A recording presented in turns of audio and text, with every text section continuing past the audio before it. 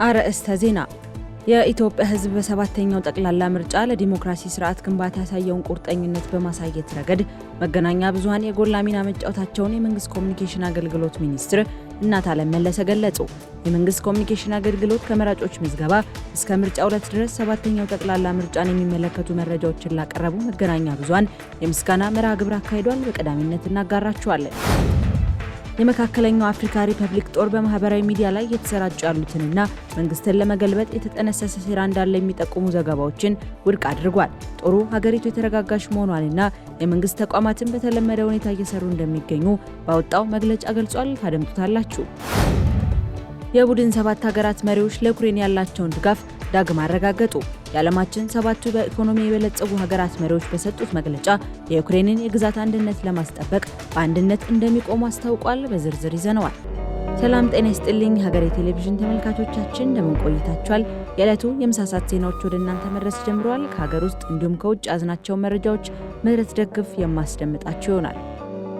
የኢትዮጵያ ሕዝብ በሰባተኛው ጠቅላላ ምርጫ ለዲሞክራሲ ስርዓት ግንባታ ያሳየውን ቁርጠኝነት በማሳየት ረገድ መገናኛ ብዙሃን የጎላ ሚና መጫወታቸውን የመንግስት ኮሚኒኬሽን አገልግሎት ሚኒስትር እናታለም መለሰ ገለጹ።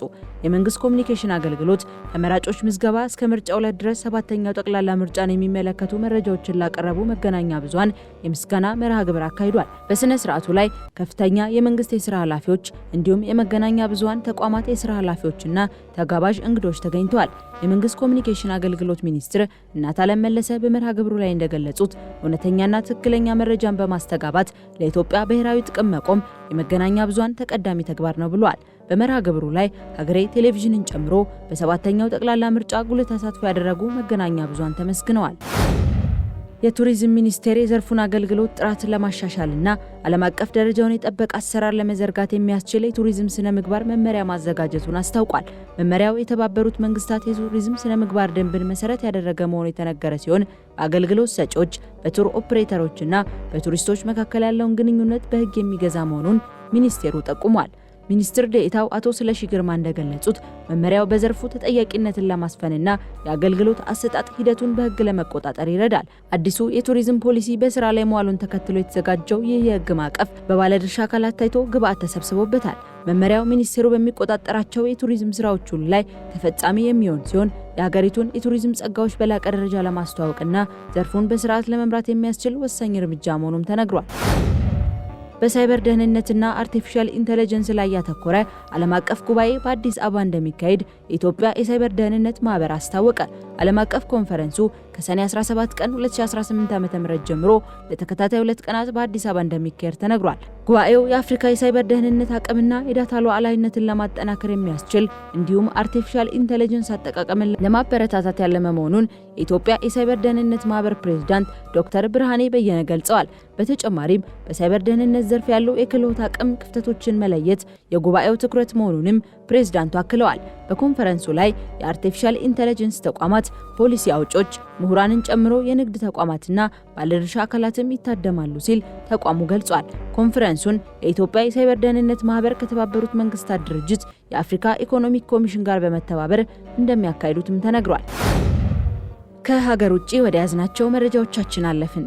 የመካከለኛው አፍሪካ ሪፐብሊክ ጦር በማህበራዊ ሚዲያ ላይ የተሰራጩ ያሉትን መንግስትን ለመገልበጥ የተጠነሰሰ ሴራ እንዳለ የሚጠቁሙ ዘገባዎችን ውድቅ አድርጓል።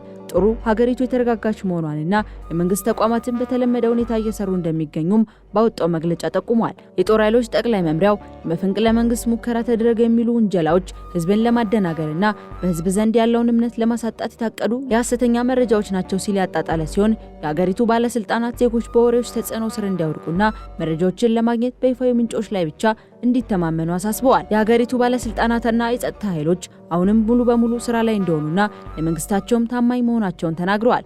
ጦሩ የሐሰት መረጃዎችን በማሰራጨት ላይም ማስጠንቀቂያ የሰጠ ሲሆን እንዲህ ያሉ ዘገባዎች ብሔራዊ ደህንነትንና የህዝብን ሰላም ሊያሳጡ እንደሚችል ገልጿል። በሐሰተኛ ወሬዎች እንደተነገረው ባለስልጣናቱ መንግስትን ለመገልበጥ የተደረገ ሙከራ እንደሌለ አጥብቀው በመግለጽ ወሬዎቹ መሰረተ ቢስ ግምቶች ናቸው ብለዋል ሲል አፍሪካ ኒውስ አትቷል። የቻይና የውጭ ጉዳይ ሚኒስትር ዋንግ ዩ በአሜሪካና በኢራን ጦርነት የተደረሰው የተኩስ አቁም በጽኑ ቁርጠኝነት እንዲከበር ጠየቁ። ሁሉም ወገኖች በቀጠናው ዘላቂ የጸጥታ መዋቅር መሰረት ለመጣል በጋራ እንዲሰሩ ማሳሰባቸውን የሀገሪቱ የመንግስታዊ የዜና ወኪል ሺንዋ ዘግቧል። ሚኒስትሩ ቻይና ለዓለም አቀፍ አስተዳደር ያላትን ራዕይ የሚያሳየውን ሰነድ ይፋ ለማድረግ በተሰጠው ጋዜጣዊ መግለጫ ላይ ባደረጉት ንግግር በዓለም አቀፉ ስርዓት ውስጥ እያደገ ስለመጣው አለመረጋጋት አስጠንቅቀዋል። በፍጥነት የሚፈራረቁ አዳዲስ ፈተናዎች እርስ በርሱ የተሳሰረ ዓለም አቀፍ ቀውስን እያመጡ ነው ያሉት ዋንግ ዩ የስልጣኔ መርከቧ የተደበቁ ቋጥኞችና ኃይለኛ ማዕበሎች ወዳሉባት አደገኛ ቀጠና ውስጥ ገብታለች ብሏል። ሚኒስትሩ ያልተጠበቁ ቀውሶችና ችላ የተባሉ ነገር ግን በግልጽ የሚታዩ ስጋቶች ያለማቋረጥ ብቅ እያሉ መሆናቸውንም አንስተዋል። አያይዘውም በዓለም አቀፍ የውሳኔ አሰጣጥ ሂደት ውስጥ ግሎባል ሳውዝ ለሚባሉት ታዳጊ ሀገራት የተሻለ ውክልና እንዲሰጥ የጠየቁ ሲሆን ሀገራት ትልቅም ሆኑ ትንሽ፣ ጠንካራም ሆኑ ደካማ፣ ያደጉም ሆኑ በማደግ ላይ ያሉ የዓለም አቀፉ ማህበረሰብ እኩል አባላት ናቸው ሲሉ ተናግረዋል። የቡድን 7 ሀገራት መሪዎች ለዩክሬን ያላቸውን ድጋፍ ዳግም አረጋገጡ። የዓለማችን 7ቱ በኢኮኖሚ የበለጸጉ ሀገራት መሪዎች በሰጡት መግለጫ የዩክሬንን የግዛት አንድነት ለማስጠበቅ በአንድነት እንደሚቆሙ አስታውቀዋል። መሪዎቹ የሩሲያን የጦርነት ኢኮኖሚ ይበልጥ ለማዳከም ግፊት ለማድረግ የተስማሙ ሲሆን በዚህ ረገድ በሩሲያ ላይ ጣልነው ማዕቀብ በተለይም በነዳጅና በጋዝ ዘርፎች ላይ ይበልጥ እናጠናክራለን ሲሉ በጋራ መግለጫቸው ገልጸዋል። በፈረንሳይ ኤቪያን ሌዋይንስ ከተማ ጉባኤያቸውን እያካሄዱ የሚገኙት መሪዎቹ በአሜሪካና በኢራን መካከል በቅርቡ የተደረሰውን ስምምነት በበጎ ተቀብለዋል። ይህ ስምምነት ተግባራዊ እንዲሆንም አስፈላጊውን ድጋፍ ለማድረግ ዝግጁ መሆናቸውን ገልጸዋል። መሪዎቹ አክለውም የነዳጅ አቅርቦት መንገዶችን በማስፋፋት በሆርሙዝ የባህር ሰርጥ ላይ ያለውን ጥገኝነት ለመቀነስና የነዳጅ ክምችታቸውን ለማሳደግ በትኩረት እንደሚሰሩም ገልጸዋል። በፈረንሳይ እየተካሄደ ባለው በዚህ ጉባኤ የኪየቭ አጋሮች ለዩክሬን ሰላም እንዲሰፍን ዲፕሎማሲያዊ ጥረት እያደረጉ ይገኛሉ። የእንግሊዙ ጠቅላይ ሚኒስትር ኬር ስታርመር የሩሲያን የገቢ ምንጭ ማድረቅ የሚያስችሉ ተጨማሪ ማዕቀቦችን እንደሚጥሉ ቃል የገቡ ሲሆን ለዩክሬን የኒውክሌር ኃይል ማመንጫዎች የሚውል የበለጸገ ዩራኒየምን ጨምሮ በ100 ሚሊዮኖች የሚቆጠር ፓውንድ ግምት ያለው የኤነርጂ ድጋፍ ለማድረግ ቃል ገብተዋል።